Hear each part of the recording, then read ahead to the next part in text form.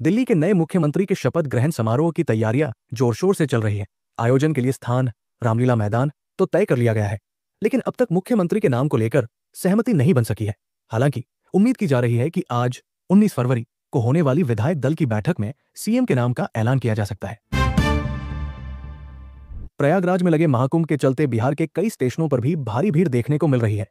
इसी बीच आरा स्टेशन से भी एक वीडियो सामने आया है, जिसमें देखा जा सकता है कि संपूर्ण क्रांति ट्रेन में तोड़फोड़ की जा रही है, जिससे एसी कोच के शीशे भी टूट गए। जानकारी के अनुसार आरा स्टेशन पर भयंकर भीड़ की वजह से जिन यात्रियों का टिकट था वो ट्रेन में नहीं चढ़ पा रहे थे, क्योंकि पहले से ट्रेन में सवार यात्रियों ने गेट को अंदर से बंद कर लिया था। दिल्ली के नए मुख्यमंत्री को लेकर कई नामों पर चर्चा चल रही है। इस लिस्ट में पहला नाम प्रवेश वर्मा का है। नई दिल्ली विधानसभा सीट से अरविंद केजरीवाल को हराकर प्रवेश वर्मा को फिलहाल सीएम रेस में फ्रंट रनर माना जा रहा है। आंध्र प्रदेश सरकार ने मुस्लिम कर्मचारियों को रमजान के दौरान 1 घंटा पहले काम छोड़ने की अनुमति दे दी है। इससे पहले तेलंगाना की कांग्रेस सरकार ने भी इसी तरह का आदेश जारी किया था, जिसको बीजेपी ने विलुप्तीकरण की राजनीति करार दिया था। झारखंड सरकार ने प्रदेश में गुटखा और पान मसाले की बिक्री, भंडारण और सेवन पर पूर्ण प्रतिबंध लगाने का ऐतिहासिक निर्णय लिया है। इस संबंध में आदेश जारी करते हुए स्वास्थ्य मंत्री ने कहा कि मैं युवाओं को मरते नहीं देख सकता हूं। एसबीआई की जन निवेश सिप स्कीम के तहत केवल 250 रुपए से म्यूचुअल फंड में निवेश की शुरुआत की जा सकती है। इसमें डेली, वीकली और मंथली इन्वेस्टमेंट प्लान शामिल है। जो लोग निवेश की शुरुआत करना चाहते हैं वे कम राशि से निवेश स्टार्ट कर सकते हैं। अमेरिकी राष्ट्रपति ट्रंप ने कहा कि हम भारत को $2 करोड़ क्यों दे रहे हैं, उनके पास बहुत पैसा है। वे दुनिया में सबसे अधिक टैक्स वसूलने वाले देशों में हैं। उनके टैरिफ भी बहुत अधिक है। मैं भारत और उनके प्रधानमंत्री का बहुत सम्मान करता हूं, लेकिन वोटर टर्नआउट के लिए $2 करोड़ क्यों देना।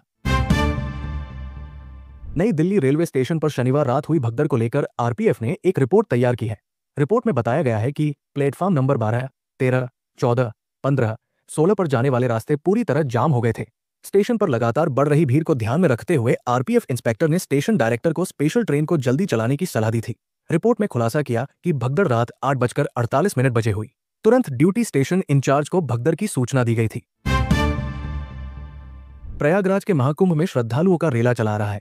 बीते 2 दिनों से संगम में स्नान कर रहे श्रद्धालुओं की संख्या रोजाना 1 करोड़ से अधिक हो रही है। दावा किया जा रहा है कि देश विदेश से आकर लगभग 53 करोड़ से भी ज्यादा श्रद्धालु संगम में डुबकी लगा चुके हैं। 26 फरवरी तक ये संख्या और भी बढ़ने के दावे किए जा रहे हैं। वहीं इस बीच उन्नाव की जिला जेल में बंद हजारों महिला पुरुष बंदियों ने प्रयागराज महाकुंभ के जल से स्नान किया है। वे अपने आप को धन्य मान रहे हैं, क्योंकि कारागार में बंद रहते हुए उनके लिए ये संभव नहीं था, लेकिन उनके जेल अधीक्षक के प्रयास से ये संभव हुआ। बांग्लादेश की पूर्व प्रधानमंत्री शेख हसीना ने हाल ही में उन पुलिस कर्मियों की विधवाओं के साथ एक वर्चुअल संवाद किया जिनके पति प्रदर्शनकारियों के हमलों में मारे गए थे। इस दौरान उन्होंने बांग्लादेश में बढ़ती आतंकी गतिविधियों की निंदा की और कहा कि नोबेल पुरस्कार विजेता यूनुस ने देश को एक टेररिस्ट स्टेट में तब्दील कर। उत्तर प्रदेश के प्रयागराज जिले के संगम तट पर आयोजित महाकुंभ की भव्यता पूरी दुनिया देख रही है। वहीं विपक्ष के नेता महाकुंभ को लेकर लगातार सवाल उठा रहे हैं। इस बीच सूबे के मुख्यमंत्री योगी आदित्यनाथ ने विपक्ष के नेताओं पर कड़ा पलटवार करते हुए जवाब दिया है। सीएम योगी ने कहा कि महाकुंभ से दुनिया ने आस्था की ताकत देखी है। प्रयागराज, काशी और अयोध्या ने भारत का पोटेंशियल दिखाया है। सीएम योगी ने सोमवार को युवा उद्यमियों से संवाद के दौरान महाकुंभ पर सवाल उठाने वालों को जवाब देते हुए कहा, महाकुंभ का विरोध करने वालों को पता होना चाहिए कि महाकुंभ से हमारी आय में वृद्धि हुई है। केंद्र व राज्य की तरफ से मिलकर 7,500 करोड़ रुपए खर्च करके अर्थव्यवस्था में 3 से 3.5 लाख की अतिरिक्त वृद्धि हुई।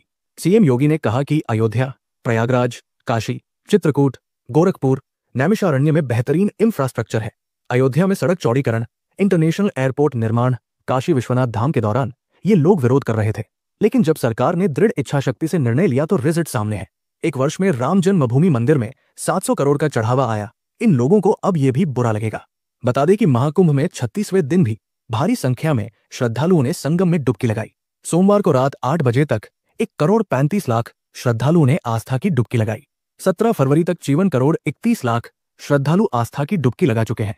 प्रयागराज महाकुंभ मेले में 36वें दिन भी सुबह से शाम तक श्रद्धालुओं का तांता लगा रहा।